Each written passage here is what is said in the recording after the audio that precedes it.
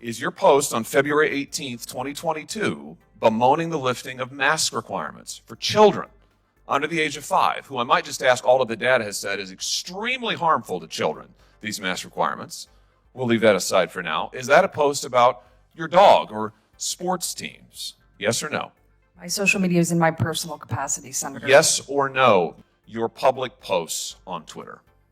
Will you make them available to this My committee? social media is in my personal capacity. Mr. Chairman, I have to tell you, this is the most extraordinary thing I have seen in my brief time in the Senate. I have never seen a witness. Folks, I've seen hundreds of Senate confirmation hearings, but I've never seen a nominee get exposed this quickly or this clearly. What you're about to see is Senator Josh Hawley completely pressing a Biden nominee who seemed to think she could dodge every tough question. At one point, she even suggests that her political Twitter account was mostly about her dog and her favorite sports teams. You really can't make this stuff up. Let's roll the tape. Series of questions about article you'd written, public statements you had made on social media that were, I have to say, pretty grossly partisan, and I thought offensive, and you and I went back and forth about it. After that, a number of us asked you questions for the record relating to these statements. I want to follow up on one of them. I, in particular, asked you to give us a full accounting of the public posts that you had made on Twitter. You had locked your Twitter account before you came before this committee. It had previously been public. I asked you to provide the public posts that had previously been available on Twitter because the ones that we have were pretty disturbing. You responded as follows, and I quote, "My personal Twitter account is comprised of posts about my mystery novels, events at the White House Historical Association, Pittsburgh sports teams, travels, and my dog," end quote. Is this an accurate statement?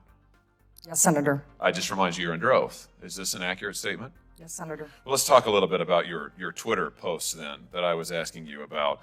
On February 18th, 2022, you posted on Twitter bemoaning the dropping of mask requirements for children, including those under the age of 5. Do you remember that post? No, Senator. Those tweets were in my personal capacity. No. I asked you, would you give all public posts that you had made on Twitter?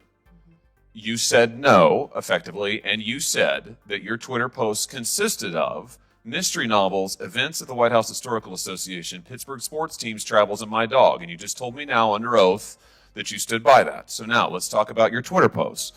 On February 18th, 2022, you posted bemoaning the fact that mask requirements for children under the age of 5, one of whom I happen to have, by the way, had been dropped.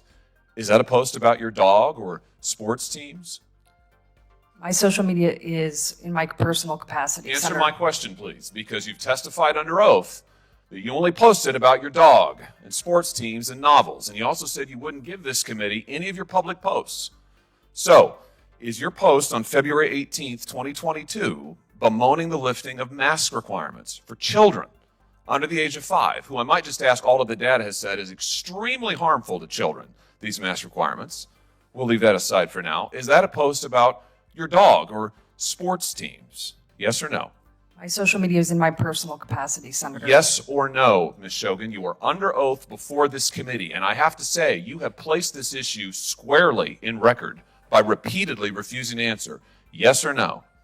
My social media is in my personal capacity, Senator. So you're not answering my question. Let's talk about another post. 26th of May, 2022, you talk about an assault weapons ban. Retweet a post, ban assault weapons now. Say you agree with this idea that you have to be a certain age to buy so-called assault weapons in America. Is that a post about sports teams or your dog or mystery novels? My social media is in my personal capacity, Senator. What about the post on January 5th of 2021 in which you say that Ted Cruz ought to stay in his own lane and not worry about what's going on in Pittsburgh? This is a reference, I think, to questions he had about the certification of the last election. Is that a post about your dog or sports teams or mystery novels? My social media is in my personal capacity, Senator. What about the post, you remember December 10th, 2020, where you said that you were hoping that President Trump would have his vetoes overridden, and you agreed with the post that he was a weak policy president? Is that a post about your dog or sports teams or mystery novels? My social media is in my personal capacity. What about your post on January 5th, 2021, in which you speculated that President Trump would pardon himself next, participating in conversation about the certification of the Electoral College? Is that a post about sports teams or mystery novels or your work at the White House Historical Association? My social media is in my personal capacity, Senator. What about the post? Do you remember this one? I said we seem to be having an incredible case of amnesia, but maybe you remember this one. This is from December 3rd of 2021, in which you advise an individual who goes by Meg on social media that the Library of Congress, you advise this person to complain about religious flags that had been planted on the grounds of the Library of Congress, and you say that they ought to be removed. And you go on to give this person advice about how to complain and have them removed. Do you remember that post? My social media is in my personal capacity. Do you remember the capacity. post? My social media is in my personal capacity, Senator. I have to say, I have been here for 4 years in the Senate. I have never seen a witness stonewall like this before. Never. I've seen a lot. This is extraordinary. Do you remember this post? December 3rd, 2021. My social media is in my personal capacity, Senator. I mean, this is unbelievable. And you want to be the archivist of the United States. You lied to us under oath. You lied to us in your QFRs. You just lied to me a second ago under oath. And now you're sitting here stonewalling, not answering questions about public posts that you've made. Are you a lawyer, Ms. Shogan? No, Senator. Are you familiar with the Shirtliff case at the United States Supreme Court? No, Senator, I'm not. Well, in that case, the Supreme Court held that, in fact, it constitutes viewpoint discrimination for a government entity to remove religious flags from its property when it's opened up the property to allow other people to put flags on it. Exactly the question that you were addressing in your public posts on Twitter. You're giving legal advice, which you're not qualified to give, directly contrary to the United States Supreme Court. I just wonder, does this have to do with your view that you wrote about that the religious right is connected to the rise of anti-intellectualism in American politics? Is that why you said what you said about religious flags, that the religious right is a force for anti-intellectualism? Explain that to me. No, Senator. Do you stand by your comment that the religious right is part of the rise of anti-intellectualism in American politics? Senator, that article was written. It was about how Republican presidents use common sense terminology to effectively communicate with Americans. Yeah, in which you said that the religious right, the rise of the religious right, is part of the rise of anti-intellectualism in American politics. I just point out that's the article in which you say anti-intellectual. The title is Anti-Intellectualism in the Modern Presidency, Republican Populism. Very nonpartisan. Dr. Shogan, I'm going to ask you again. Will you give to this committee your public posts on Twitter? Will you make them available to this committee? My social media is in my personal capacity. Mr. Chairman, I have to tell you, this is the most extraordinary thing I have seen in my brief time in the Senate. I have never seen a witness blatantly lie under oath like Dr. Shogan has just done to this committee, stonewalled this committee, and just repeatedly refused to answer my questions about her own posts that are in public.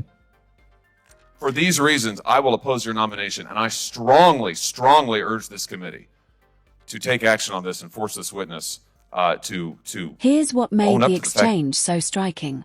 Senator Josh Hawley began by getting her to confirm under oath that she had described her Twitter account as mostly about things like mystery novels, her dog, and Pittsburgh sports. She agreed. Then he presented examples of posts about mask mandates for toddlers, banning assault weapons, and criticizing Donald Trump's policies. Those topics clearly went beyond casual hobbies. Hawley gave her multiple opportunities to clarify or acknowledge that the account included political commentary, but she continued to rely on the personal capacity explanation.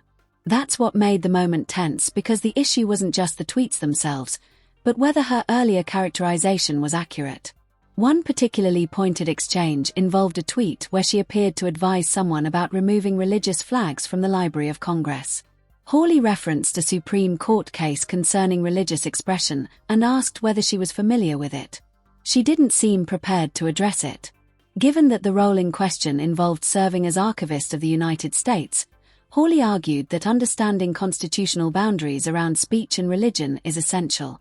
In the end, the broader debate wasn't simply about social media posts. It was about credibility, transparency, and how nominees respond when confronted with inconsistencies. Supporters of Hawley saw it as a strong example of oversight, critics might see it differently. Either way, it was a moment that sparked a lot of discussion about accountability and the standards expected in confirmation hearings.